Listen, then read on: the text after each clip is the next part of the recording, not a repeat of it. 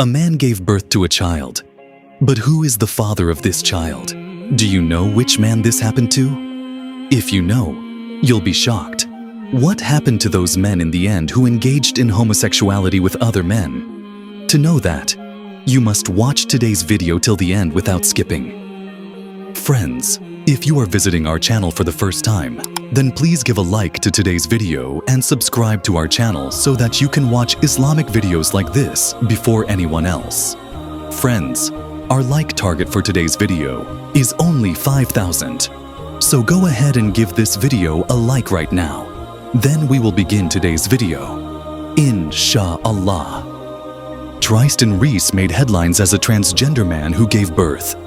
He told us about his pregnancy and why his story isn't so out of the ordinary. When Tristan Reese approached his partner, Biff Chaplow, about becoming pregnant with the couple's baby, he was met with resistance. Reese, a transgender man, had seen friends lead healthy pregnancies as trans men, but Chaplow harbored some valid concerns. Initially, he was pretty hesitant about the idea. Reese tells parents, "In fact, I believe the words he used were, 'Absolutely not. This is the dumbest idea you've ever had.' Mostly, he was worried for my safety, what it would be like for a pregnant transgender man navigating the world, both medically and socially. But the couple did their research, and in doing so, they realized transgender men can, and do, lead perfectly healthy pregnancies. And so that's exactly what Reese did. He became pregnant as a transgender man and gave birth to the couple's son Leo in 2017. While Reese's hormonal therapy gave him a beard and a deeper voice, his uterus and ovaries continued to function. The process of getting off testosterone hormones wasn't so different from what most people who were assigned female at birth face when they stop taking birth control before conceiving. About 5 months later, Reese was pregnant. He describes his experience as a textbook pregnancy, complete with fatigue, morning sickness, third trimester discomfort, and eventually a healthy delivery. The conception part just happened, the two of us at home, the old-fashioned way. I'm really lucky the people at Kaiser Permanente have worked really hard on their trans competency. I received incredibly respectful, knowledgeable, competent care throughout my entire prenatal process. Reese comments, "I told my doctor, it's my goal to be the most boring patient you've ever seen." He, of course, laughed because I'm a pregnant man. Reese insists that he's not a pioneer for transgender pregnancy. He says that transgender men carry out successful pregnancies more often than people tend to think. The fact remains, though, terminology surrounding pregnancy is rarely inclusive of the trans community, and Reese made peace with that. "It doesn't bother me," he says, speaking of the misconceptions about transgender men and pregnancy. "I just accepted that I'm the one doing something unique. I know that most people, like 99.999% of people who give birth, identify as women. I can't really bust into this world and then get mad at them for not really including me. I am the one doing something special. I'm the one who is sort of crashing their party. I thought the respectful thing to do was accept that the language wasn't always going to include me." But Reese also acknowledges that his pregnancy may be a way to start changing that. "I think back to when my grandmother was alive. She was the only woman in her entire city who drove a car," he points out. "Women didn't used to drive cars, and guess what? Now women can drive cars. Just because something has always been one way, that doesn't mean that's the right way, or the best way, or even the way that serves the most number of people." Fortunately, since Reese's pregnancy, there have been a lot of advancements in the conversation about the need for inclusion in transgender medical care, for pregnancy and beyond. However, there is still much work to be done, especially for transgender pregnant and parenting people of color who face higher levels of discrimination and barriers to reproductive and medical care. But stories like Reese's are important to share and can make a difference in changing the way the world views pregnancy, parenting, and what a family can look like. "I understand that we are not a typical or traditional family," Reese says. But I would invite people to just see the many ways in which family has evolved over time. Look at our family and the love and respect that we have for each other. Continue to be open to thinking about all the different ways kids can come into this world and people can love each other. Now, let's come to the main incident. What we just heard was a real story from the present time. But how did all of this begin? Which nation first introduced such acts among people? And what was their ultimate fate? Now, listen to that great and profound truth. The incident that marked the beginning of homosexuality. Now, hear that very story. A whole population immersed in transgression, injustice, immorality, and sin. Some were highway robbers, some openly engaged in immoral acts, and some even chose the disgraceful path of homosexuality. Day by day, the number of their wicked deeds kept increasing at a geometric rate. To rescue such a miserable nation from this state and bring them toward the path of light, Almighty Allah sent a prophet. His name was Prophet Lut, alayhi salam. But they did not pay any attention to the prophet's message. Instead, they indulged even more in sin than before. At one point, Almighty Allah became angry with them, and He overturned this entire community immersed in darkness and sin, erasing their trace from the face of the earth. According to the description in the Holy Quran, if you come to know what Allah ultimately did to this nation, you will be shocked. The Hazrat Ibrahim, alayhi salam's own nephew, he too once migrated along with his uncle from their birthplace, the city of Babel, and came to a place called Canaan near Baitul Maqdis. In the Holy Quran, Hazrat Lut, alayhi salam, has been mentioned in 87 verses across 15 different surahs in the context of various events. Almighty Allah granted prophethood to Lut, alayhi salam, and sent him to guide the people of the region of Sodom, which was located a short distance from Canaan, between present-day Jordan and Baitul Maqdis. These people were engaged in highway robbery, open immorality, and disgraceful acts like homosexuality. In that region, apart from Sodom, there were 5 other major cities named Amura, Duma, Saba, and Sawa. In various places in the Holy Quran, this group of cities is referred to by the words mutafika or mutafikat, which means the overturned towns. Among these 5 cities, Sodom was the largest, and it was considered the capital. Al-Hazrat Lut, alayhi salam, resided here and preached the message of Islam. The land here was completely fertile and lush with crops. As a result, Sodom had an abundance of all kinds of grains and fruits. While various historians agree on the history of the city of Sodom, there is disagreement regarding the names of the other cities, whether their number was 3, 4, or 6, and the population size, whether it was in the hundreds, thousands, or even millions. Because these are Israeli narrations that can only be accepted as historical facts, but the Holy Quran and Hadith do not provide detailed descriptions of them. Only the main subject matter is mentioned, which is instructive for humanity. Hazrat Lut, alayhi salam, and his people were one of the 6 nations mentioned in the Holy Quran that were destroyed. Hazrat Lut, alayhi salam's people were one of them. They abandoned the worship of Allah and became engaged in shirk and kufr, turning into a transgressing nation.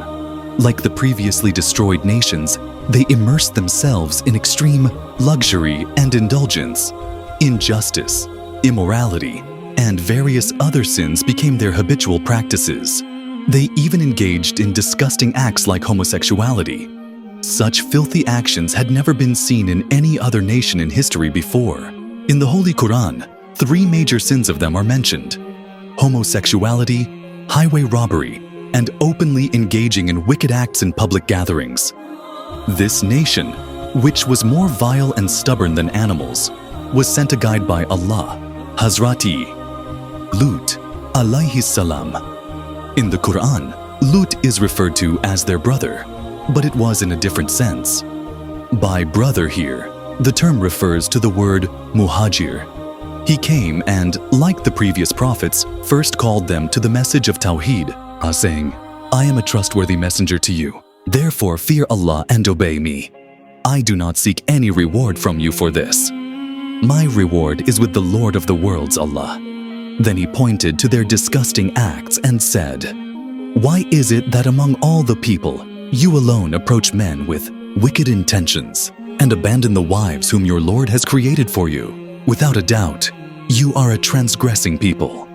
In response to Surah Ash-Shu'ara, verses 165-166, the leaders of the people said, O Lut, if you do not cease these words, you will surely be expelled. Prophet Lut, peace be upon him, said, I detest these actions of yours. He mentioned their 3 major obscenities and stated, You are committing such vile acts that no one in the world before you has ever done. You indulge in homosexuality, engage in highway robbery, and openly commit sinful deeds in your assemblies. In response, his people only said, Bring upon us the punishment of Allah if you are truthful. He then said, O my Lord, help me against this corrupt people. Surah Ankabut, verses 28-30, depict the tragic consequence of Hazrat Lut, alayhi salam's invitation to his people, which returns in a devastating way. They were so stubborn and blind to their sins that their only response was, Bring the punishment you are warning us about if you are truthful. But no prophet desires the destruction of his people.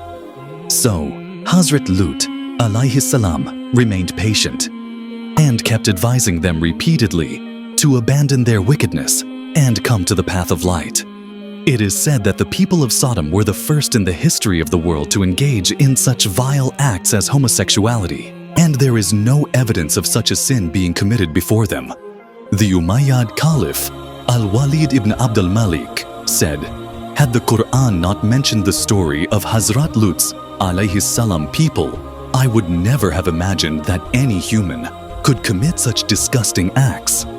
Our beloved Prophet Hazrat Muhammad sallallahu alaihi wasallam said, Cursed is the person who engages in the vile acts of the people of Lut. I fear most for my ummah that they may fall into the same wickedness as the people of Lut.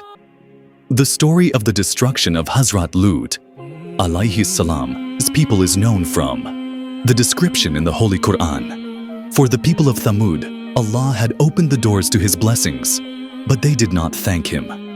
Instead, they fell into free indulgence, intoxicated by wealth and luxury, so much so that they became so deeply entangled in desires and lust that they lost their sense of shame and the natural distinction between good and bad.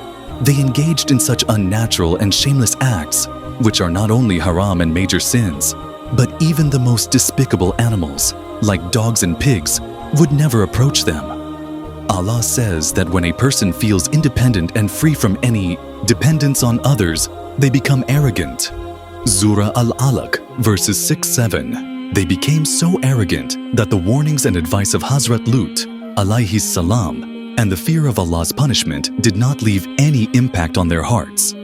On the contrary, they threatened to expel their prophet from the city, saying, Show us the promised punishment if you are truthful. At that point, Hazrat Lut, alayhi salam, feeling helpless, prayed for Allah's help. Consequently, as expected, Allah's punishment descended upon them. By the command of Allah, several angels, taking the form of humans, first arrived at the house of Hazrat Ibrahim, alayhi salam. He offered them hospitality, slaughtered a calf, roasted it, and presented it to them. However, they did not eat it, which made Hazrat Ibrahim, alayhi salam, afraid.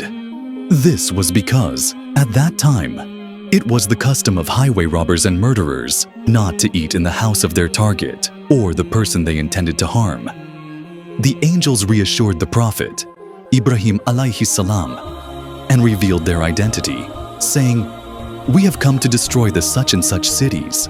Upon hearing this, Ibrahim alayhi salam began to argue with them and said, Is there anyone righteous there? They replied, We know exactly who is there. We will certainly save him and his family, except for his wife. She will be among those who will be destroyed. Surah Ankabut, verses 31 to 32. Because the wife of Prophet Lot, alayhi salam, also did not follow the path of faith and was immersed in wickedness. Then they, the angels, gave the good news of the birth of Isaac, alayhi salam, to Ibrahim, alayhi salam, and his wife Sarah, who was previously a childless woman. At an advanced age, they were given the glad tidings of the birth of Isaac. Not only that, they were also informed that after Isaac, their descendants would include Yaqub, Jacob. After bidding farewell to Ibrahim, alayhi salam, the angels arrived at the city of Sodom to Prophet Lot's, alayhi salam, house. At that time, they, the angels, appeared in the form of exceptionally handsome young men and went to the house of Prophet Lot, alayhi salam. This is because when Allah subhanahu wa ta'ala intends to destroy a nation, He tests them until the very end. The people of Sodom were also tested, but they failed miserably. When they realized that exceptionally handsome young men had arrived at Lot's, alayhi salam, house, they rushed toward it in excitement, eager to engage in sinful acts and misconduct with them. Seeing this, Prophet Lot, alayhi salam, pleaded with them, saying, "Fear Allah, do not disgrace me in front of my guests, However, regardless of the actual event, it is impossible for Allah's punishment to come simply for the disobedience of a prophet. Even Lot's wife, despite being the wife of a prophet, was not spared from the punishment. Then, the awaited punishment descended. When Lot and his companions reached a safe distance, Gabriel, upon receiving Allah's command, lifted their cities from the ground and overturned them. And immediately, along with the speed of the wind, a hail of stones began to rain down upon them. Allah says, "Finally, when my command came, I turned the town upside down and continuously sent a shower of stones upon it." Surah Hud 82-83. According to one narration, the angels lifted the city so high that even the guardian angels of the first heaven could hear the barking of the dogs and the crowing of the roosters from the city of Sodom. After that, the entire town was overturned and collapsed with a mighty crash. Then, from Allah, stones with the names of each sinner written on them were showered upon them. Even those sinful residents who were outside the city at the time were struck by these stones. Allah also caused a flow of polluted water in that area. Thus, Allah annihilated the people of Prophet Lut, PBUH, from the face of the earth, describing the tragic end of his disobedient people who were entangled in vile deeds. Through this, Allah advises future generations to learn from the fate of Prophet Lut's, PBUH, people and the punishment that befell them. Where is the destroyed site of Prophet Lut's, PBUH, people today? The site of their destruction, as mentioned in the Quran, is now known as the Dead Sea, or the Sea of Lut, Bahr al-Mayit, or Bahr al-Lut, located between Palestine and Jordan. It stretches across a vast area, shaped like a river, and its position is below sea level. The water in this sea contains high levels of oil and salt, making it impossible for any fish, frogs, or aquatic creatures to survive.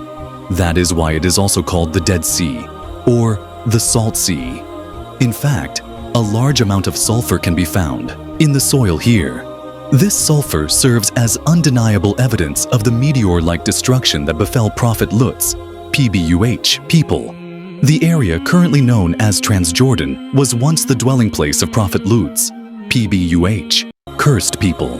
However, due to their disobedience, immorality, and defiance, this nation's name and existence have been completely erased from the face of the earth. Not even the exact locations of their settlements are known today. Their existence was wiped out in such a way that future generations can deeply reflect on the magnitude of their punishment. From this, we learn that if we do not follow the path of faith and instead become engrossed in such disgraceful acts, immorality and corruption, then one day, like the people of Prophet Lut, PBUH, we too could face the same fate, or perhaps even a more terrifying punishment may befall us. Therefore, may Almighty Allah grant us the strength and guidance to stay away from such sins. Friends, this was our video for today. How did you find the video? Let us know in the comments. If you want more such Islamic videos, subscribe to our EN Moral Stories channel right now. See you in the next video. Until then, may Allah protect us all. Don't forget to say Ameen in the comments. Assalamu alaikum wa rahmatullahi wa barakatuh.